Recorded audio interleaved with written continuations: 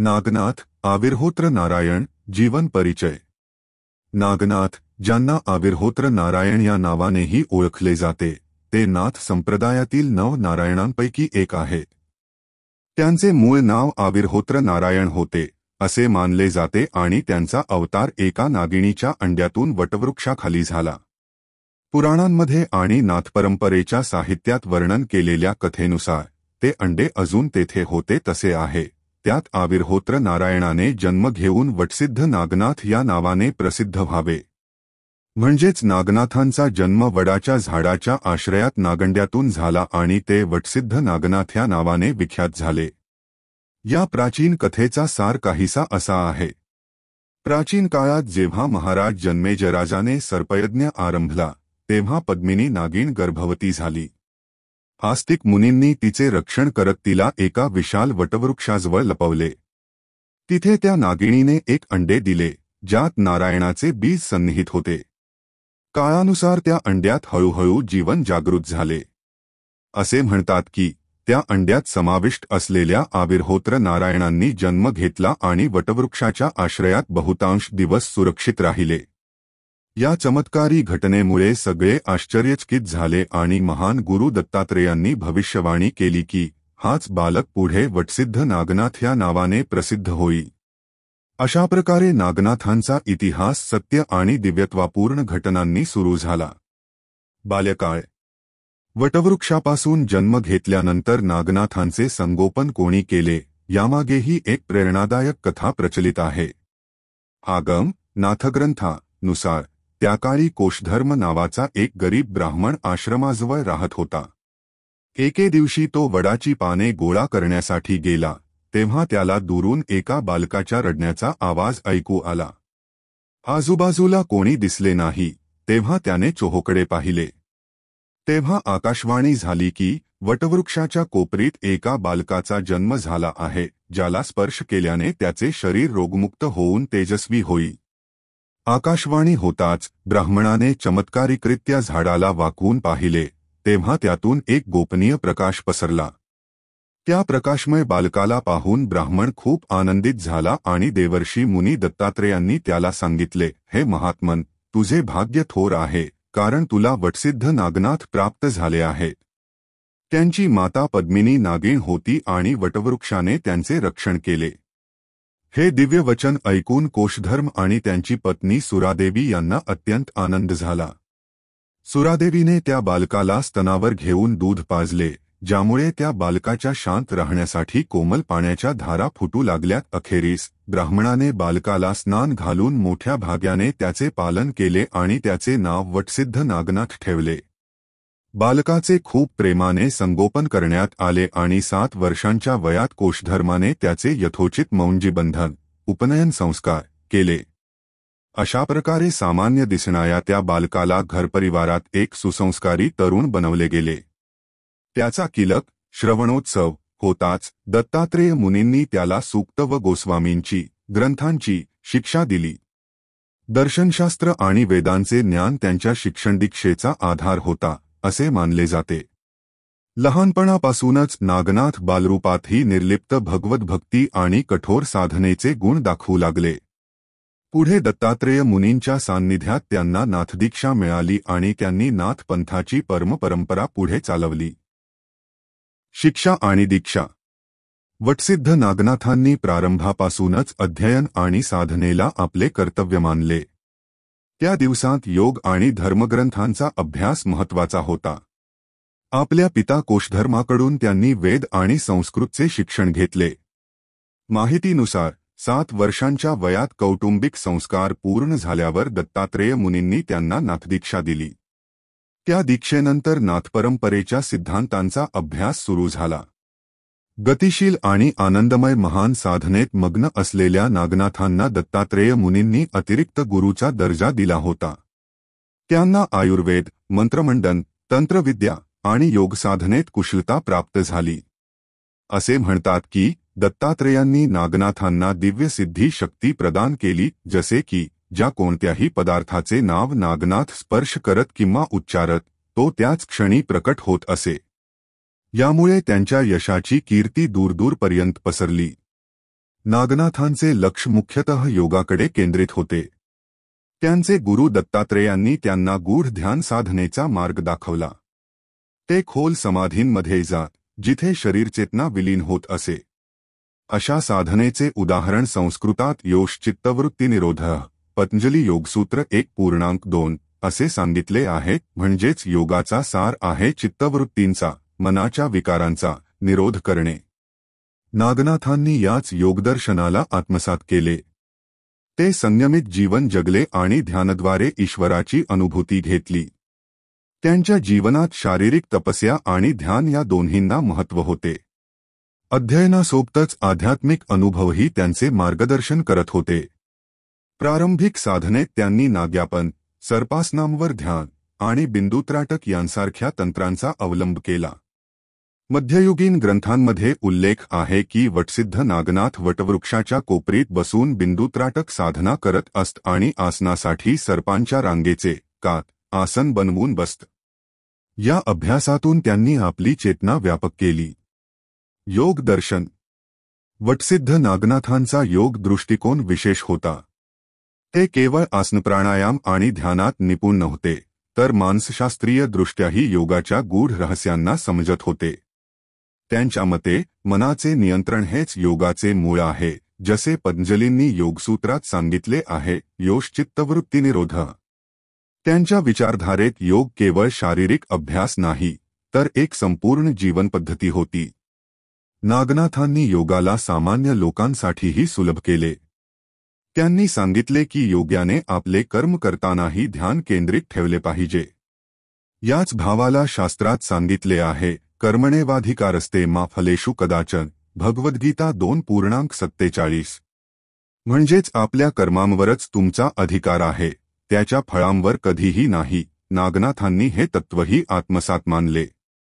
ते म्हणत असत की योग्याने कर्तव्यपूर्वक कर्म करावे, फळाची आकांक्षा सोडावी, हाच खरा योग आहे. योग केवळ आसन किंवा ध्यान नाही, तर ईश्वरावरील अटळ श्रद्धाही होती.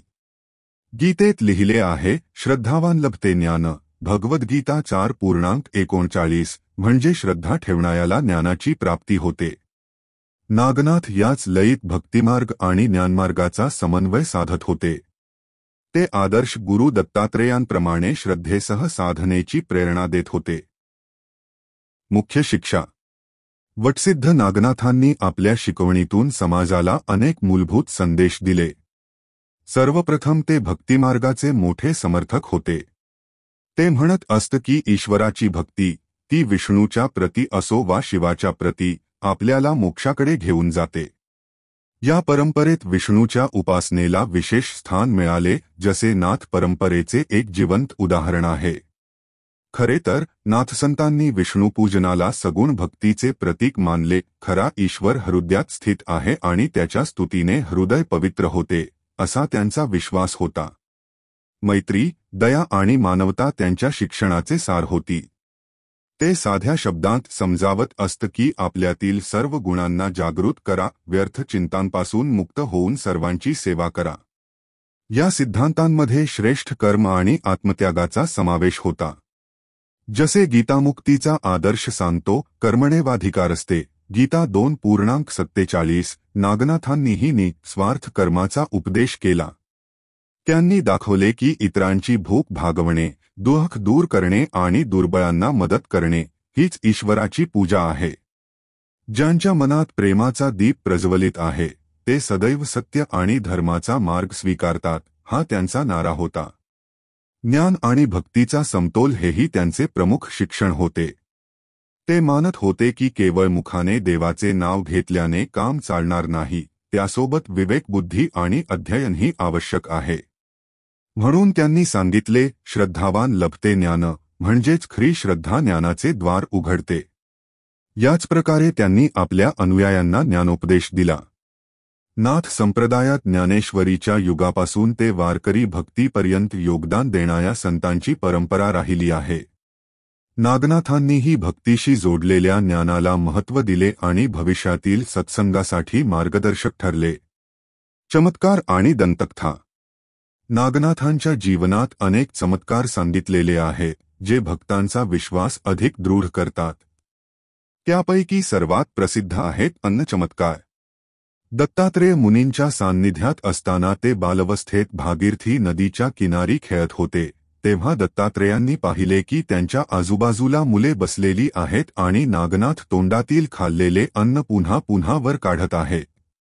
म्हणजेच ते जेवढे अन्न वाढवत होते तेवढे ते रिकामे होत नव्हते. या अद्भुत दृश्यामुळे दत्तात्रेय थक्क झाले. नंतर नागनाथांची उदारता पाहून त्यांनी त्यांना विद्या दिली आणि सांगितले की त्यांची हीच विशेष सिद्धी आहे, ते ज्या पदार्थाचे नाव घेतील तो पदार्थ तात्काळ उत्पन्न होईल. समाजात आणखी एक प्रसिद्ध कथा आहे की नागनाथांच्या तपस्येने मृत व्यक्तीही जिवंत होत असत. त्यांनी अनेक मोक्षवान साधूंना पुनरुज्जीवित केले अशी मान्यता आहे. जिथे दुसरे कर्तव्य असंभव मानत तिथे त्यांना ही दिव्य शक्ती कार्य करताना दिसली. भयंकर संकटातही त्यांचे ध्यान अविचल राहिले, जसे वारकरी परंपरेत नवरात्री उत्सवादरम्यान पूजलेल्या 7 सिद्ध परंपरेच्या 3ही मठांमध्ये त्यांच्या मूर्ती स्थापित आहेत. सामान्य माणूसही त्यांच्या चमत्कारांची पुष्टी करतो. असे म्हणतात की नागनाथांच्या छायेखाली जो कोणी येत असे त्याचे सर्व रोग नष्ट होत असत. लोक दैवी उपचारांसाठी त्यांच्या वटवृक्षाच्या किनाऱ्याकडे जात. शेवटी आपल्या शरीराची चेतना कायम राखत नागनाथांनी संजीवनी समाधी घेतली. महाराष्ट्रातील लातूर जिल्ह्यातील चाकूर तालुक्यात असलेल्या वडवळ गावात त्यांची समाधी आजही तीर्थस्थान आहे. जन्मस्थळ नैमिषारण्य काशी आहे आणि समाधी वडवळ आहे. तिथे आजही भक्त मोठ्या श्रद्धेने वटसिद्ध नागनाथांची पूजा करतात आणि कथाकीर्तन करतात. प्रसिद्ध शिष्य. वटसिद्ध नागनाथांचे जीवन अनेक शिष्य आणि अनुयायांनी समृद्ध होते. राजा गोपीचंद आणि त्यांची माता गोमती देवी हेही त्यांचे मोठे भक्त होते असे म्हणतात. एका कथेनुसार गोपीचंदाने आपल्या मातेला घेऊन वटसिद्ध नागनाथांच्या आश्रयाला आले आणि दीक्षा घेतली. त्याचप्रमाणे महर्षी भर्तृहरी, ज्ञानेश्वरांचे मामा आणि सरस्वती चरित्रांमध्ये वर्णन केलेले चारपटीनाथ आणि रेवणनाथ यांसारखे नाथ संत त्यांचे प्रमुख शिष्य होते. या शिष्यांनी नाथ परंपरेला विविध क्षेत्रांत पसरवले आणि पंथाची शिकवण पुढे नेली. एकूणच त्यांच्या शिक्षणाने अनेक साधकांना प्रकाशित केले. पूजास्थळे आणि स्थान तसेच नाथ संप्रदायातील योगदान. वटसिद्ध नागनाथांच्या आठवणीत अनेक स्थाने तीर्थस्थळ बनली आहेत. उपरोक्त नैमिषारण्य, उत्तर प्रदेश त्यांचे जन्मस्थान मानले जाते. तर महाराष्ट्रातील लातूर जिल्ह्यातील वडवळ गावात स्थित वटवृक्षपीठ त्यांचे संजीवनी समाधी स्थान म्हणून विख्यात आहे.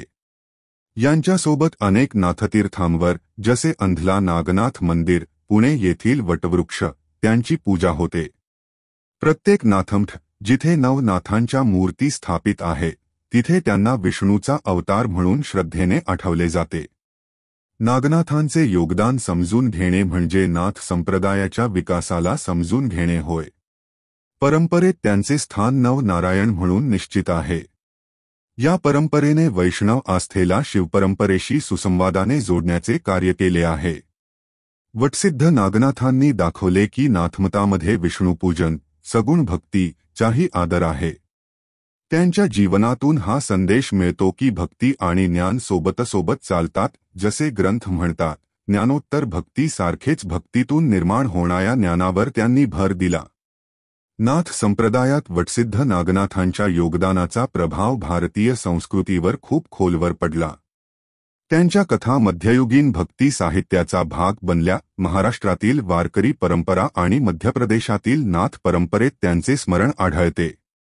प्रसिद्ध संत ज्ञानेश्वरांनी आपले गुरु मातंगराज यांना नागनाथांच्या परंपरेतीलच मानले आहे. खरे तर जसा नारायण भक्तीचा नवा युग त्यांच्याद्वारे सुरू झाला, त्याचप्रमाणे भविष्यात व्यासोपदेशावर चालत वारकरी आंदोलन विकसित झाले. त्यांची शिकवण मानवतावादी होती. समाजात कोणी अनाथ नाही, प्रत्येक व्यक्ती परंपरेच्या जबाबदारीने जोडतो. आधुनिक महत्त्व. आजही वटसिद्ध नागनाथांची उपस्थिती भारतीय समाजात जिवंत आहे. नाथ संप्रदायाचे साधक तसेच युवा शोधक त्यांच्या कथांमधून प्रेरणा घेतात. योगध्यानाच्या वाढत्या लोकप्रियतेत त्यांची योग परंपरा प्रासंगिक आहे आणि सेवाभावाच्या महत्त्वासंबंधी त्यांच्या कथा मार्गदर्शक आहेत. समकालीन युगातही त्यांची शिकवण प्रासंगिक आहे. निस्वार्थ कर्म, भक्तिपूर्ण जीवन आणि आत्मज्ञान. युवा पिढीला ते आध्यात्मिक अनुशासन आणि सामाजिक जबाबदारीचा समन्वय शिकवतात. आजच्या संकटग्रस्त काळात त्यांच्या जीवनातील साध्या दंतकथा जसे परोपकार, समता आणि आत्मसाक्षात्कार मार्गदर्शक म्हणून उदयास येतात. जसे शास्त्र सांगते, धर्मात्मा आत्मनी निर्मलः, कर्मयोगी नेहमी शांत असतो. नागनाथांचे जीवन याच सत्याचा प्रसार करते. या भूमंडलावर शांती आणि मानवकल्याणाच्या दिशेने त्यांची सांस्कृतिक धरोहर निरंतर प्रेरणा देत आहे. भक्तगण आजही संतवाणी ऐकताना म्हणतात, त्यांना पाहून वाटते जणू सूर्य आणि चंद्राचा अवतार पृथ्वीवर फिरत आहे आणि त्यांच्या गुणांमधून नवीन विश्वास प्राप्त करतात. त्यांच्या सांगितलेल्या मार्गावर चालूनच सामूहिक उद्धाराची आशा जागृत होते. निष्कर्ष: वटसिद्ध नागनाथांची जीवनकथा अत्यंत उत्साह आणि गहन आध्यात्मिकतेने भरलेली आहे. सामान्य नागाचे अपत्य असूनही त्यांनी दिव्यत्वाचे असे आदानप्रदान केले की परंपरेत अमिट छाप सोडली. त्यांचे दिव्य चमत्कार, निष्ठावान भक्तमंडळी आणि शिकवणींचा प्रेरक संगम आजही आपल्या हृदयात उत्साह निर्माण करतो. त्यांचा संदेश सरळसोपा आहे. भक्ती, ज्ञान आणि कर्माचा त्रिवेणी संगम मानवतेचे रक्षण करतो. जशी भगवद्गीता सांगते, कर्मण्येवाधिकारस्ते, तसेच वटसिद्ध नागनाथांनी आपल्याला शिकवले की कर्म हेच आपला धर्म आहे आणि कर्माच्या मार्गावर चालूनच आपल्याला लीलामय ईश्वराचा अनुभव येतो. त्यांनी नाथ परंपरेचे उदाहरण सादर केले, ज्यात विष्णू शिव या दोन्हींची भक्ती एकत्र पूजली जाते. अशा प्रकारे वटसिद्ध नागनाथांचे जीवन एक नाट्यमय आणि शांतीप्रद गाथा आहे, जी युगोयुगीन मानवी मनाला प्रेरित करत राहील. त्यांची कथा ऐकल्याने मनात अद्भुत उत्साह आणि प्रेम जागृत होते. आपणही त्यांच्या सांगितलेल्या मार्गाचे अनुसरण करून जीवनात आध्यात्मिकता आणि मानवतेचे सुसंवादी उदाहरण स्थापित केले पाहिजे. अंतिमतः हेच त्यांच्या जीवनाचे परम उद्दिष्ट होते, धर्मयुक्त जीवन आणि मानव कल्याण.